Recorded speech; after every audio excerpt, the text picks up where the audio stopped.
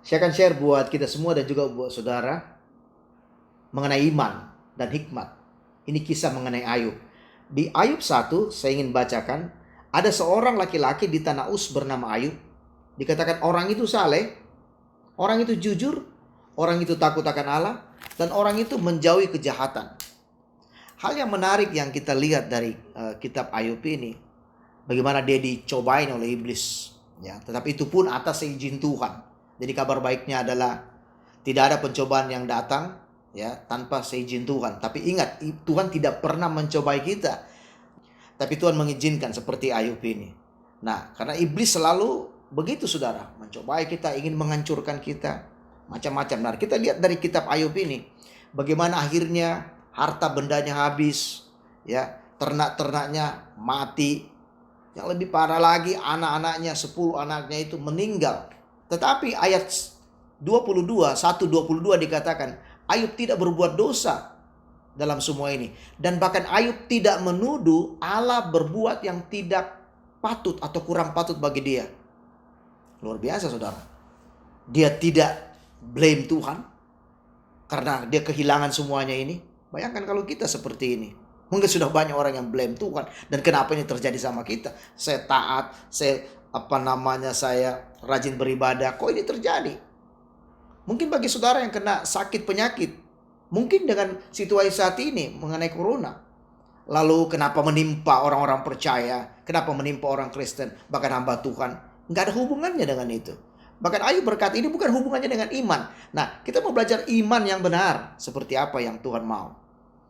Iblis saudara tidak puas sampai di situ. Di kejadian 2, di kitab Ayub 2, 7-10, kejadiannya adalah dikatakan lalu iblis menimpahi Ayub. Ya, bukan hanya mati dia punya ternak dan anak-anaknya meninggal, tapi iblis menimpahi Ayub dengan bara yang busuk.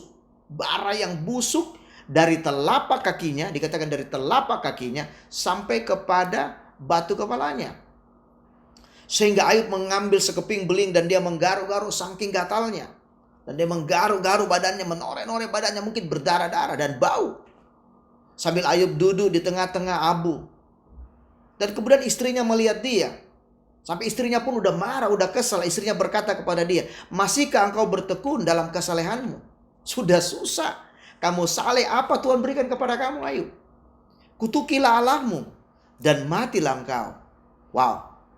Tetapi kemudian yang menarik apa jawab Ayub dikatakan. Tetapi Ayub menjawab kepada istrinya, apakah kita mau menerima yang baik dari Allah, tetapi tidak mau menerima yang buruk? Nah saudara, ini sifat manusia kebanyakan seperti ini. Hanya mau yang baik dari Allah, tapi tidak mau yang buruk. Ayub sampai separah begitu. Dan dia berkata seperti ini. Dan Alkitab berkata dalam semuanya ini Ayub tidak berbuat dosa dengan bibirnya. Dia tidak mau mengutuki Tuhannya. Inilah iman. Inilah konsep iman yang kita belajar dari seorang yang bernama Ayub. Yang perlu kita teladani. Ujian iman Ayub adalah kesetiaan dan kepercayaan dia kepada Allah. Ayub tidak mengkait-kaitkan kondisi kerugian dia yang dia alami. Ya, yang dia alami saat itu dengan kehidupan rohaninya. Dia rugi, anak-anaknya meninggal, dia sakit penyakit, dia borokan. Dia tidak menghubungkan itu dengan kehidupan imannya. Tetap dia punya iman. Dia tidak menghubungkan itu dengan kondisi rohaninya. Artinya, Ayub benar-benar percaya bahwa Tuhan covering, Tuhan menjaga dia. Tidak ada hubungannya dengan sakit penyakit yang dialami. Tidak ada hubungannya dengan penderitaan dan kerugian yang dialami. Kita nggak bisa ukur iman dari tingkatan seperti ini. Tetapi dari pandangan Tuhan sebenarnya ini yang terjadi. Tuhan mengizinkan itu terjadi kepada Ayub. Tuhan mau mengatakan begini, bahwa masih ada manusia yang tulus seperti Ayub. Masih ada manusia yang tidak mementingkan dirinya sendiri seperti Ayub. Juga mungkin saudara dan saya. Manusia yang tidak bergantung semata-mata atau hanya memanfaatkan anugerah-anugerah yang baik yang datang dari Tuhan. Ada beberapa hal yang perlu kita catat saudara. Yang pertama adalah bahwa sakit penyakit itu atau pencobaan itu bukan datang dari Tuhan. dalam Ayub ini. Sampai hari ini. Juga buat kita. Itu bukan datang dari Tuhan, itu dari iblis. Jadi sakit penyakit yang kita hadapin apa semuanya ini bisa karena dari iblis, bisa karena diri kita sendiri. Ya, keteledoran kita. Saudara. Pertama, Tuhan mengizinkan untuk merubahnya menjadi ujian iman bagi Ayub. Ya, ujian iman bagi dia. Kita belajar tadi. Membuktikan bahwa ada kemurnian daripada Ayub dengan imannya. Yang kedua, Ayub tidak meminta dirinya untuk dicobai. Akhirnya dia tidak mengatakan bahwa Tuhan cobain saya, iblis cobain saya. Enggak. Orang beriman tidak meminta seperti ini. Ya. Terbukti dengan kesalehan hidupnya. Dia tidak mau mencobai Tuhan. Membuktikan imannya bahwa imannya hebat. Dia tidak mendemonstrasikan, yang ketiga, mendemonstrasikan imannya kepada dunia bahwa dia orang beriman. Bahwa dia tidak bahwa dia bisa kebal dari sakit penyakit. Bahwa Tuhan menjagai dia. Enggak. Itu iman yang sombong. Bukan seperti itu, saudara. Tidak. Ayub tidak melakukan itu. Ayub memaknai arti dan menempatkan imannya dengan benar. Mengaplikasikannya dengan tepat. Ya, dengan tidak mencobai Tuhannya. Ini yang terjadi. Poin yang kedua yang saya ingin catat buat saudara, buat kita semua adalah hikmat. Bagaimana kita mempunyai hikmat di dalam semua ini. Kalau pemerintah melarang kita, karena pemerintah adalah wakil Allah, di Roma 13 ayat 1-2, pemerintah adalah wakil daripada Tuhan. Ya, barang siapa yang melanggar, dia akan menerima konsekuensi hukumannya sendiri. Saudara, kita perlu taat, karena ini anjuran, ini hal yang baik. Kita perlu hikmat, bukan membuktikan iman kita saat ini.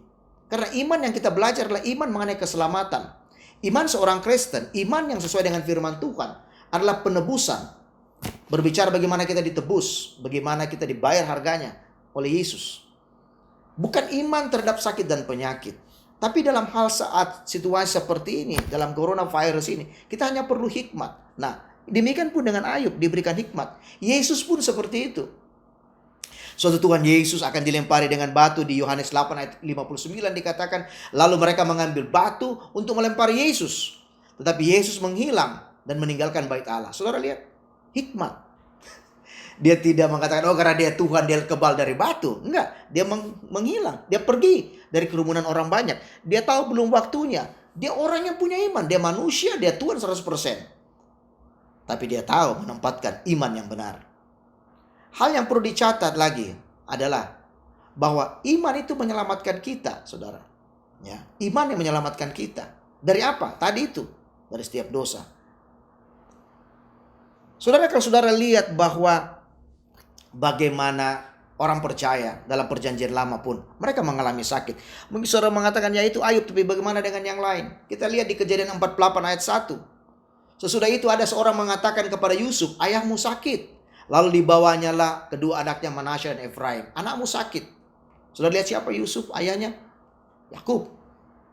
Yakub pun sakit, saudara. Bagaimana dengan saudara? Amin. Di 2 Raja-Raja 20 ayat 1 dikatakan, pada hari-hari itu dikatakan Hizkia jatuh sakit dan hampir mati. Sudah lihat, hampir mati si Hizkia. Lalu datanglah Nabi Yesaya bin Amos dan berkata kepadanya, beginilah firman Tuhan. Sampaikanlah pesan terakhir kepada keluargamu. Sebab engkau akan mati dan tidak akan sembuh lagi. Nah loh, saudara. Apalagi yang kita lihat. 2 Raja-Raja 13 ayat 14 dikatakan ketika Elisa menderita sakit yang menyebabkan kematiannya. Amin. Jadi siapa yang kebal terhadap ini? Tapi dia bukan membuktikan bahwa mereka nggak punya iman. Perjanjian baru bahkan Paulus 2 Korintus 12 ayat 7 dikatakan, maka aku diberi satu duri di dalam dagingku, yaitu seorang utusan iblis untuk mengocok aku, supaya aku jangan meninggikan diri, supaya dia jangan jadi sombong, karena dia sebagai seorang yang beriman. Dia menderita satu sakit, ada penyakit dalam dirinya, nggak ditulis dalam Alkitab sakitnya apa. Tapi itu tuh membuktikan bahwa dia pun tidak kebal terhadap sakit dan penyakit.